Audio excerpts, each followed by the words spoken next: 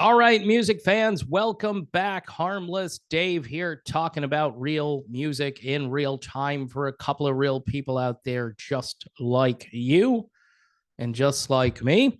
Going to be talking about the Rock and Roll Hall of Fame and how the fans seem to have it right, especially this year, and how maybe the fans could fix the Rock and Roll Hall of Fame this year. But I'll have some commentary and why I think that's only going to happen somewhat. All right. Before I get there, here is Overland. Their album is called Six. This is actually mostly Steve Overland with some help from his friends. If you like Journey and Bad Company and Foreigner, there's a lot of Bad Company in here. Steve has another project called Lone Rider, and he has another one called Shadow Man. And I think he's got another one called Groundbreaker. So this guy is very busy. And he is singing still with his original band called FM. So again, pretty busy guy. The FM album is over my shoulder, right about there, actually. So I'm a big fan of Steve Overland's work. Pretty new album, too. So if you want some new material to listen to, all of the songs are well done. The playing is excellent. It's stuff that probably should be on the radio, but, we've had this conversation numerous times, and it won't get on the radio. Not because it's not good, just because radio is really bad these days. So let's talk the Rock and Roll Hall of Fame. Now, the headline, classic rock stars dominate the first week of voting. Classic rock stars. Imagine that. Classic rock at the Rock and Roll Hall of Fame. Who would have thunk it, right? It's just crazy talk. I mean, why would they put classic rock into the Rock and Roll Hall of Fame? The question is, will fans bring the Rock and Roll Hall of Fame back to rock and roll? Yeah, that's a good question. So here are some points, some bullet points here that I've jotted down. So fan voting doesn't mean an induction. Okay, remember when Justin Hayward a couple of years ago made the point of saying he was being induced? That's when the Moody Blues finally won. I mean, the Moody Blues and Deep Purple, those were like waiting forever. I mean, how could you not nominate the Moody Blues or Deep Purple? And why did you wait so long? And yeah, they finally got in, but just ridiculous. So fan voting is kind of the way for the common man or the common fan or the common woman, to express his or her opinion about who should get in. And thus far, the fans are rejecting. They're rejecting non-rock and roll music big time. Fans are voting for Ozzy at number 1, Frampton at number 2, Foreigner at number 3, Dave Matthews at number 4, Cher at number 5. Now, some people would say Cher, that's not real rock and roll, but look, Cher has done pretty much everything, so I'm going to cut her some slack. By the way, I'm still waiting to hear from Cher whether she's happy about being nominated. Lenny Kravitz at number 6. All right. That's a pretty good list, the top 6. By the way, dead last so far in the voting, A Tribe Called Quest and Eric B. and Rakim. Interesting.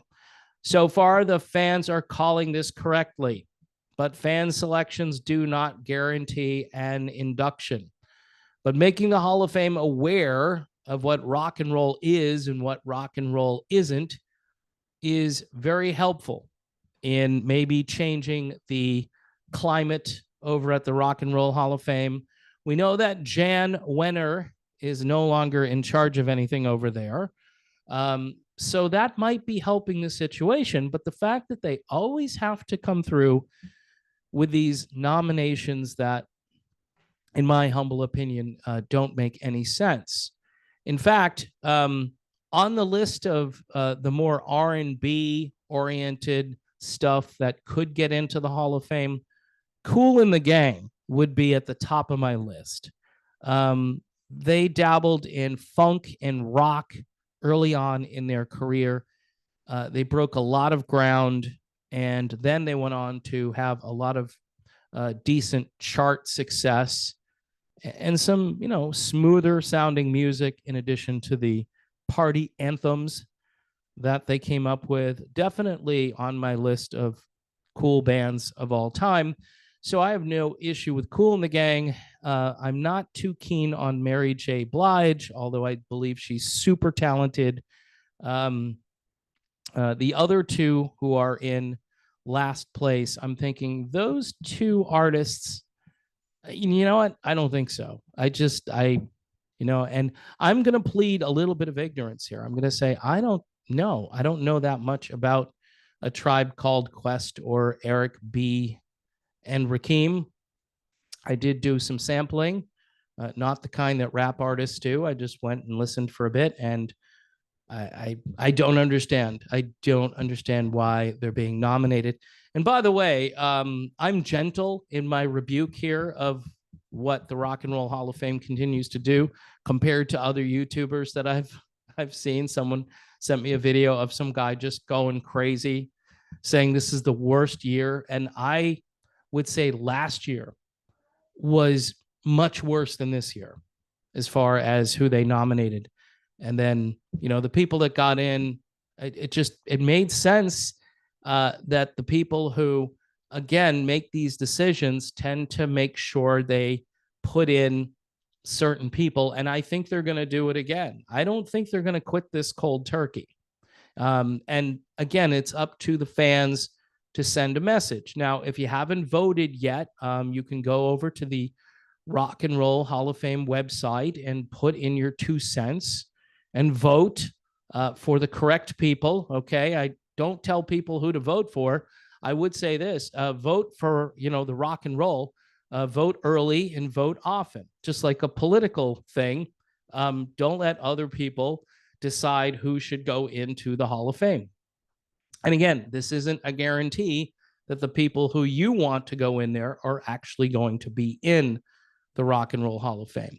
I think this year, though, there seems to be something a little different going on with Foreigner being nominated. A lot of people didn't think Foreigner would ever get the nomination. And Peter Frampton, I think that's fantastic that Peter Frampton got nominated.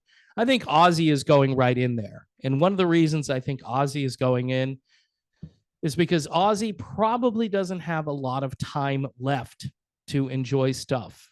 And I know Peter Frampton has a medical issue as well, although he's still been out there and still playing guitar. But I think a few years ago, he said he wasn't sure how much longer he could do that. So it would be cool to see Frampton alive at the Rock and Roll Hall of Fame.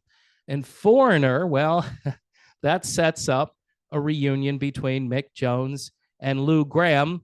Lou Gramm, who lately, I guess, can't remember, hooking back up with Foreigner in 2017 and 2018 for whatever reason, or maybe it was such a bad experience that he forgot all about it. Not really sure. And also to see if Cher gets in, and if Cher does get in, what her reaction will be. I'm not cheering super hard for Cher, but the drama, I think, would be kind of cool since she blasted the Hall of Fame just a few weeks prior to being nominated. So again, as a fan of the human interest stories and some of the drama that goes on behind the scenes, and in this case, it would be right up front, it would be kind of interesting. I think Cher deserves to be in just based on longevity and an insane career that certainly started more on the rock side of things before she became a pop diva later on. But those late 80s records that Cher made, those were pretty good. Hanging around with Richie Sambora and Desmond Child and all those guys. And I think that could be my favorite period for Cher. But she'll sing anything, and she'll sing pretty much with anyone. She's kind of a musical opportunist and a pretty smart businesswoman, even though I don't really agree with her politics. So anyway, we'll see what happens. It is the Rock and Roll Hall of Fame, but this is, I think, encouraging news. Don't get too excited about it, though, and don't get your hopes up, because all of the people who are now in the lead with the voting may end up not being put into the Hall of Fame. So it's sad, but they have to, I think, put one of I think they have to put the top selection in there. I'm not sure how that works. But it is encouraging to see that rock and roll is actually in the lead. Okay, that's a good thing. Speaking of rock and roll, here is Overland and their album 6. Again, Steve Overland and Friends, Bad Company, Foreigner, Journey. If you like those groups, I think you'll dig Overland. Steve Overland has this amazing voice. Just hard to describe. I mean, he's kind of a cross between Paul Rodgers and Michael Bolton. I mean, that's really the only reference I can come up with Steve, but he's really good, and people should check this out if they want some new material in their collection. Also, folks, if you can support the channel, Patreon, YouTube memberships, the usual places, whatever you'd like to contribute. I am grateful for all the patrons. I have the best patrons ever, and YouTube members as well. Just thank you so much for doing what y'all do. And again, as I typically say at the end of videos, please pray for peace in the Middle East and around the world. The world is a crazy place, and I'm hoping that things will eventually calm down, but they probably won't. So continue to pray.